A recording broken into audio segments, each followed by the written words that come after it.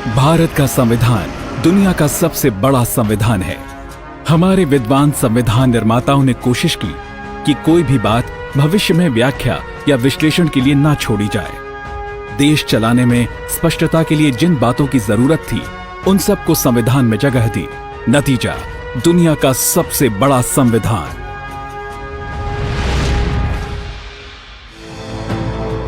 अमूमन संसद में वोट देने वालों के 2/3 बहुमत से संविधान में बदलाव हो सकता है। कुछ मामलों में संशोधन के लिए राज्यों से भी मंजूरी लेने की जरूरत पड़ती है। अब तक संविधान में 100 से भी ज्यादा संशोधन हो चुके हैं।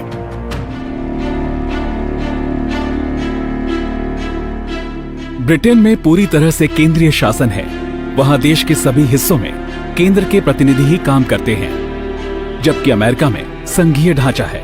वहां पर राज्यों को बहुत ज्यादा स्वायत्तता हासिल है। भारत में संघीय ढांचा तो है, लेकिन उसका झुकाव केंद्र की तरफ रखा गया है। भारत जैसे विशाल और विविधता वाले देश में संविधान निर्माताओं ने इसकी जरूरत समझी। यही वजह है कि राज्य कई मामलों में अपने हिसाब से कानून बनाते हैं, प्रशासन चलाते हैं। लेकिन केंद्र अगर जरूरी समझे तो किसी राज्य सरकार को बर्खास्त करके राष्ट्रपति शासन लगा सकता है। भारत में एकल नागरिकता व्यवस्था है। सभी लोग भारत के नागरिक होते हैं, किसी राज्य का नागरिक नहीं होते। नागरिकों को देश के कुछ हिस्सों को छोड़कर कहीं भी आने जाने, बसने और व्यवसाय करने की स्वतंत्रता हासिल है।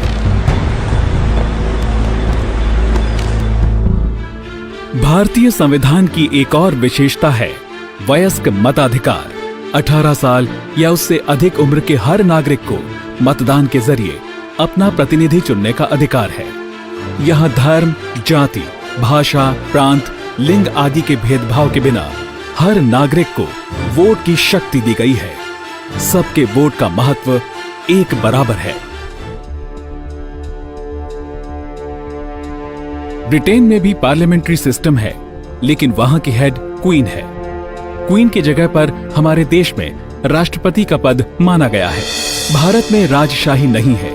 यहाँ किसी राज परिवार का व्यक्ति अपने जन्म के आधार पर देश का सर्वोच्च पद हासिल नहीं करता। देश का सर्वोच्च पद राष्ट्रपति का है, जिसके लिए चुनाव होता है। पद की योग्यता पूरी करने वाला कोई भी नागरिक राष्ट्रपति बन सकता है।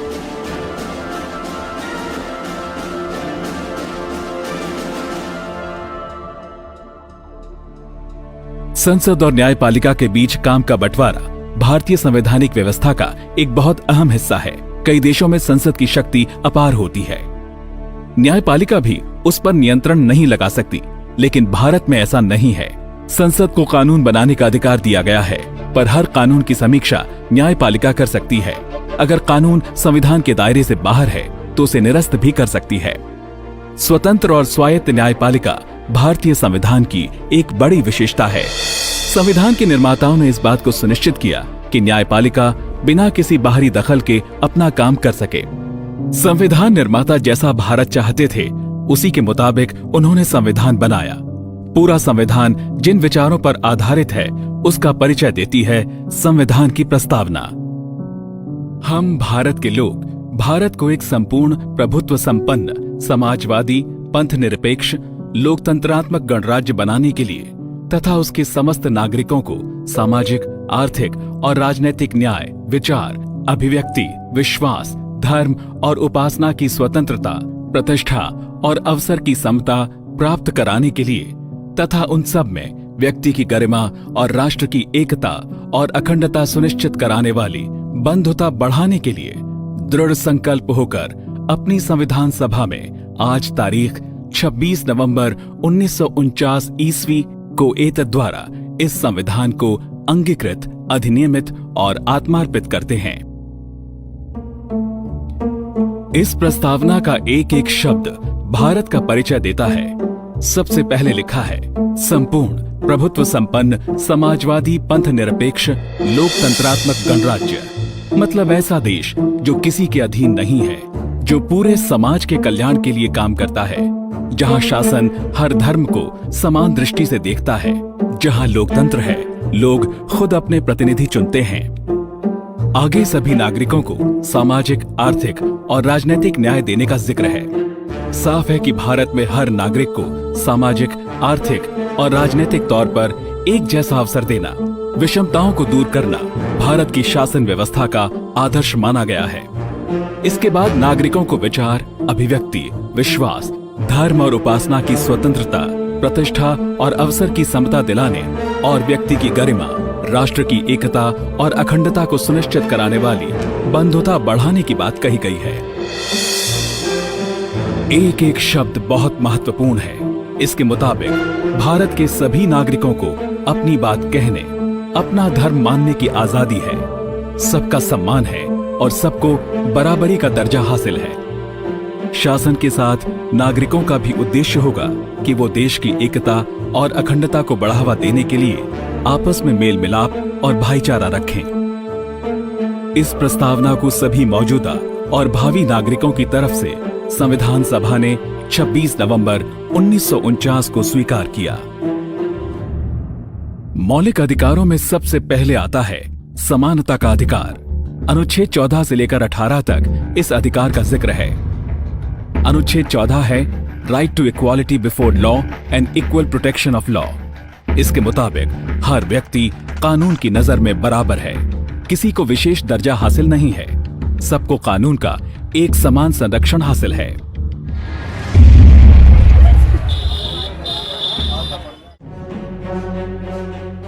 अगर संसद कोई ऐसा कानून बनाती है जिससे समान परिस्थिति के दो लोगों में भेदभाव होता हो, तो सुप्रीम कोर्ट या हाई कोर्ट उसे निरस्त कर सकता है। उसी तरह अगर सरकार कोई ऐसा कदम उठाती है जो एक जैसे दो नागरिकों पर एक जैसा असर नहीं डालता, तो उसे भी रद्द किया जा सकता है। अनुच्छेद 14 समानता की व्यापक परिभाषा देता है।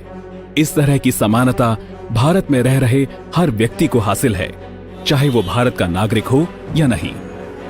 लेकिन अनुच्छेद 15 से लेकर 18 तक जो अधिकार हैं, वो खासतौर पर भारतीय नागरिकों के लिए ही हैं।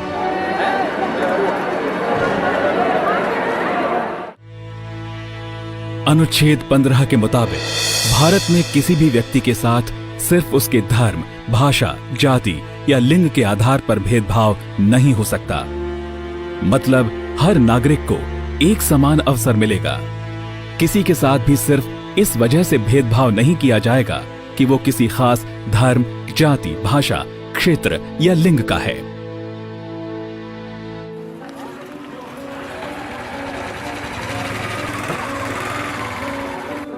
सुप्रीम कोर्ट ने भी अपने कई फैसलों में इसे सही माना है। हालांकि किसी भी तबके को कमजोर बताकर आरक्षण देने का मनमाना फैसला सरकार नहीं ले सकती। इसके लिए जरूरी आंकड़े जुटाकर इस बात का प्रमाण इकट्ठा किया जाना चाहिए कि उस तबके को वाकई आरक्षण की जरूरत है। ऐसा नहीं होने की स्थिति में कोर्ट कई बार सरकार की तरफ से दिए गए आरक्षण को रद्द कर चुका है। अनुच्छेद 16 सरकारी नौकरियों में सबको समान अवसर दिए जाने की बात कहता है। यानी यहां भी किसी भी जाति, धर्म, भाषा, क्षेत्र के चलते कोई भेदभाव नहीं किया जा सकता, लेकिन नौकरियों में आरक्षण दिया जाता है। इसकी वजह आपको पहले ही बताई जा चुकी है। अगर कोई तबका पहले से कमजोर है तो उसे ऊपर लाना सरकार का दायित्व है। अनुच्छेद 17 छुआछूत को खत्म करने की बात करता है। भारत में किसी भी नागरिक के साथ अछूत जैसा व्यवहार नहीं किया जा सकता। सरकार की जिम्मेदारी मानी गई है कि वो नागरिकों को ऐसी परिस्थिति से बचाए। इसलिए सरकार ने इससे जुड़े कानून बनाए हैं ताकि कोई अगर किसी से अछूत जैसा बर्ताव करे तो उसे दंडित किया जा सके। अनुच्छेद 18 एबॉलिशन ऑफ टाइटल्स यानी उपाधियों को खत्म किए जाने की बात कहता है। आजादी से पहले अंग्रेजों के दिए सर, खान बहादुर, राय बहादुर, राजा, महाराजा जैसी उपाधियां आपने सुनी होंगी। आजाद भारत में इन्हें खत्म कर दिया गया है। अब ऐसी कोई उपाधि ना तो सरकार किसी को दे सकती है, ना भारत का कोई नागरिक विदेशी सरकार से इन्हें ले सकता है। अब आपके मन में ये सवाल आएगा कि सरकार पद्मश्री, पद्म भूषण और भारत रत्न जैसे जो सम्मान देती है, उन्हें कैसे मान्यता मिल सकती है। 19(1)(a) यानी अभिव्यक्ति की स्वतंत्रता एक ऐसा अधिकार है जिस पर हाल के दिनों में सबसे ज्यादा चर्चा हुई है। ये अनुच्छेद हर नागरिक को अपनी बात मौखिक, लिखित और चित्र के जरिए या किसी भी दूसरे तरीके से अभिव्यक्त करने की आजादी देता है। हालांकि इस अधिकार की अपनी सीमाएं हैं। अभिव्यक्ति का इस्तेमाल देश की एकता, अखंडता को खतरा पहुंचाने, अश्लीलता फैलाने, कानून व्यवस्था की स्थिति खराब करने, किसी को अपराध के लिए उकसाने, अदालत की अवमानना करने या किसी की मानहानि करने के लिए नहीं किया जा सकता। इन सीमाओं के परे की गई अभिव्यक्ति अलग अलग अपराधों में दंडनीय अपराध है। 19(1)(b) से लेकर G तक 5 और अहम अधिकार हैं। ये अधिकार हैं: शांतिपूर्वक बिना हथियार के कहीं इकट्ठा होने की आजादी, संगठन बनाने की आजादी, भारत में कहीं भी आने जाने की आजादी, भारत के किसी भी राज्य या शहर में बसने की आजादी, रोजगार या व्यवसाय चुनने की आजादी। इन सभी अधिकारों की भी सीमाएं हैं। जैसे अगर कानून व्यवस्था की स्थिति बिगड़ने का अंदेशा हो तो शांतिपूर्वक जमा होने के अधिकार पर प्रशासन अंकुश लगा सकता है। इसके लिए CRPC की धारा 144 का इस्तेमाल किया जाता है। अनुच्छेद 20 किसी भी अपराध के आरोपी को विशेष मौलिक अधिकार देता है। जैसे अपराध के लिए सजा उसी कानून के तहत मिलती है जो अपराध किए जाने के वक्त अस्तित्व में थी। किसी नए कानून के तहत पहले किए गए अपराध की सजा नहीं मिलती है। एक ही अपराध के लिए 2 बार मुकदमा नहीं चलाया जा सकता या 2 बार दंड नहीं दिया जा सकता। हालांकि इसका अर्थ सिर्फ अदालत में चलने वाले मुकदमे से है। अगर कोई सरकारी कर्मचारी भ्रष्टाचार में शामिल पाया जाता है तो विभागीय कार्रवाई के तहत उसे नौकरी से निलंबित या बर्खास्त करने पर कोई मनाही नहीं होती। ये नहीं कहा जा सकता कि चूंकि कोर्ट में अपराध का मुकदमा चल रहा है इसलिए उस पर विभाग कोई कार्रवाई नहीं करेगा। किसी को अपने ही खिलाफ गवाही देने के लिए विवश नहीं किया जा सकता। राइट टू लाइफ में ये है कि राइट टू एजुकेशन आता है, फिर राइट टू क्लीन एनवायरनमेंट आता है, फिर उसमें राइट टू फूड और right to health care, right to housing. ये सारे जो अधिकार है, जो सबसे इम्पोर्टेंट अधिकार है, वो आर्टिकल 21 में है। तो कहा जा सकता है कि ये सबसे इम्पोर्टेंट आर्टिकल है कॉन्स्टिट्यूशन का। PUCL केस में राइट टू फूड का केस था और उसमें जो भूखमरी का जो प्रश्न था वो सवाल उठाया सुप्रीम कोर्ट ने, और आखिर में जजमेंट में सुप्रीम कोर्ट ने कहा कि सभी को राशन कार्ड मिलने का अधिकार है, आंगनबाड़ी में बच्चों को खाना मिलने का अधिकार है और बुजुर्ग लोगों के लिए उनका पेंशन वगैरह वगैरह। तो PUCL केस मेन केस है आर्टिकल 21 के बारे में। सुप्रीम कोर्ट ने अपने तमाम फैसलों में इसका दायरा बढ़ाया है।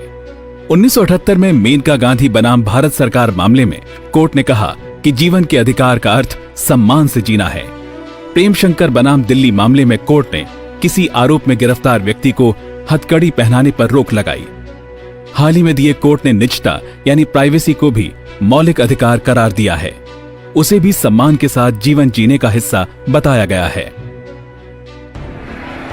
इसी तरह 1992 में दिए गए एक फैसले में सुप्रीम कोर्ट ने 6 से 14 साल के बच्चों की शिक्षा को भी मौलिक अधिकार बताया है। कोर्ट ने माना था कि सम्मान के साथ जीने के मौलिक अधिकार के लिए जरूरी है कि लोग शिक्षित हों। कोर्ट के इसी फैसले की वजह से संविधान में संशोधन कर अनुच्छेद 21(a) जोड़ा गया। ये 6 से 14 साल तक के बच्चों को अनिवार्य और निःशुल्क शिक्षा का अधिकार देता है। स्वतंत्रता के अधिकार के तहत अब आखिर में बात अनुच्छेद 22 की। यह अनुच्छेद किसी व्यक्ति के गिरफ्तार होने की स्थिति में उसके अधिकारों की बात करता है। ब्रिटिश शासनकाल में किसी को कभी भी हिरासत में लिया जाना आम बात थी। आजाद भारत में ऐसा नहीं है। अनुच्छेद 22 स्पष्ट रूप से कहता है कि पुलिस किसी को गिरफ्तार करते वक्त उसे इसकी वजह बताएगी।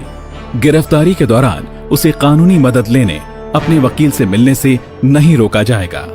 सबसे अहम बात यह है कि गिरफ्तारी के 24 घंटे के भीतर गिरफ्तार किए गए व्यक्ति को मजिस्ट्रेट के सामने पेश करना होगा। किसी व्यक्ति को धोखे में रखकर या उसकी मजबूरी का फायदा उठाकर जबरदस्ती कोई काम करवाने के लिए एक जगह से दूसरी जगह नहीं ले जाया जा सकता है। उससे बेगारी या जबरन बंधुआ मजदूरी नहीं कराई जा सकती है। सीधे सीधे शब्दों में कहें तो किसी भी व्यक्ति को उसकी इच्छा के विरुद्ध कोई काम या रोजगार करने के लिए बाध्य नहीं किया जा सकता है।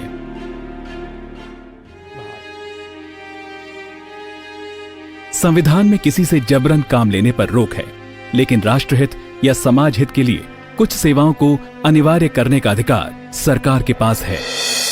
मसलन अगर जरूरी हो तो सेना की सेवा या किसी किस्म की समाज सेवा को सरकार हर नागरिक के लिए दायित्व बना सकती है।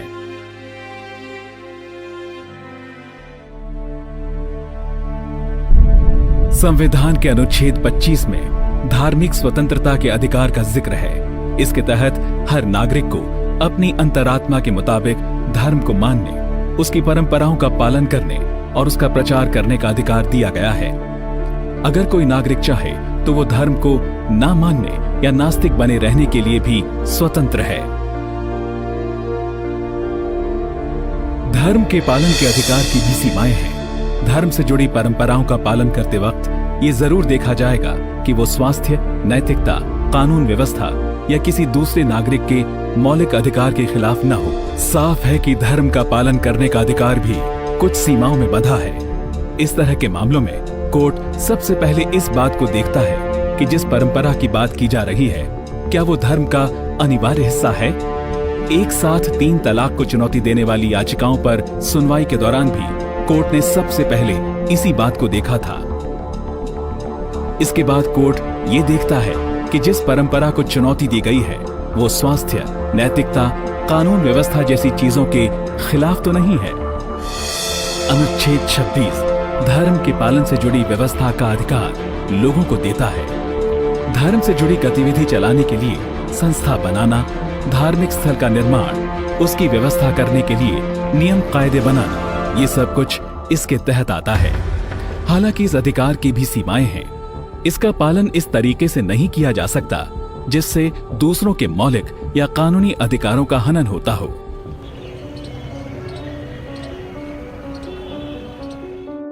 कोर्ट में जितनी भी जनहित याचिकाएं दाखिल होती हैं, वो इसी अधिकार के तहत होती हैं। कोर्ट को अगर लगता है कि सरकार का कोई आदेश नागरिक के मौलिक या संवैधानिक अधिकार का हनन करता है, तो कोर्ट उस आदेश को रद्द कर देता है।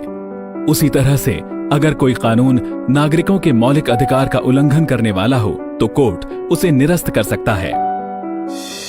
संविधान में ही आगे अनुच्छेद 226 का जिक्र है, जो किसी नागरिक को सरकार के फैसलों के खिलाफ सीधे हाई कोर्ट में याचिका दाखिल करने का अधिकार देता है।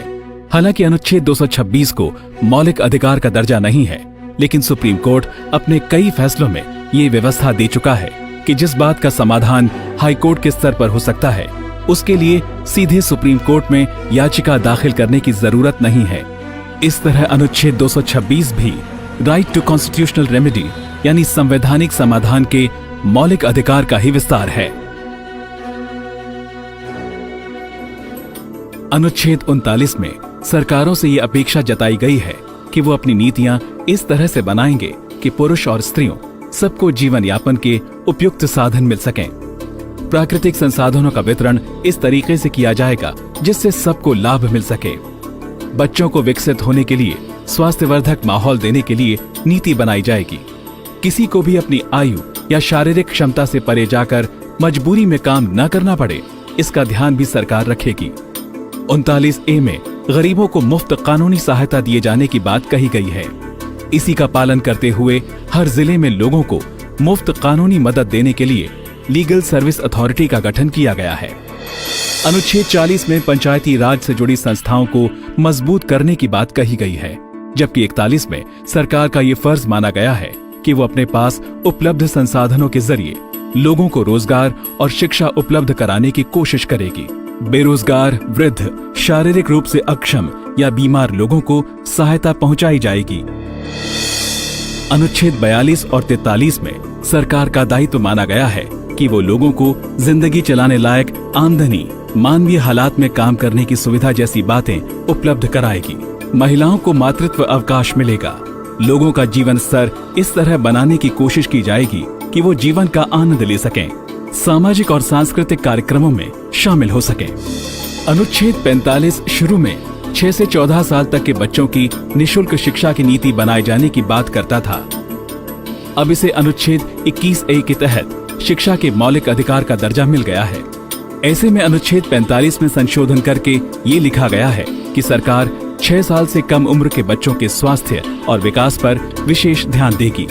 अनुच्छेद 46 अनुसूचित जाति और जनजाति और दूसरे कमजोर तबकों के शैक्षणिक और आर्थिक विकास के लिए सरकार से विशेष कदम उठाए जाने की उम्मीद करता है। अनुच्छेद 47 लोगों के खानपान में पोषक तत्वों का स्तर बढ़ाने, उनका जीवन स्तर सुधारने और स्वास्थ्य की समुचित सुविधा उपलब्ध कराने की उम्मीद सरकार से करता है। अनुच्छेद 48 में कृषि और पशुपालन के विकास की अपेक्षा सरकार से की गई है। साथ ही गौहत्या पर निषेध करने की उम्मीद सरकार से की गई है। इसी नीति निदेशक सिद्धांत के तहत तमाम राज्यों ने गौहत्या निषेध कानून बना रखे हैं। अब बात अनुच्छेद 51A में लिखे 11 मौलिक कर्तव्यों की। पहला, संविधान का पालन करना, उसके आदर्शों, संवैधानिक संस्थाओं, राष्ट्रध्वज और राष्ट्रगान का सम्मान करना।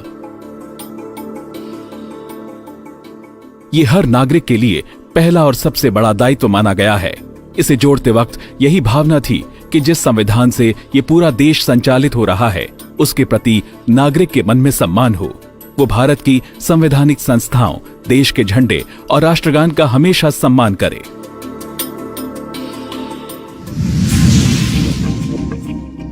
दूसरा, स्वतंत्रता संग्राम के आदर्शों से नागरिक प्रेरणा लें, उनका पालन करें। यानी जिन भावनाओं के चलते हमारे पूर्वज देश के लिए संघर्ष कर रहे थे, जिनके लिए उन्होंने अपनी जान की चिंता नहीं की, उन आदर्शों से हम भी प्रेरणा लेते रहें।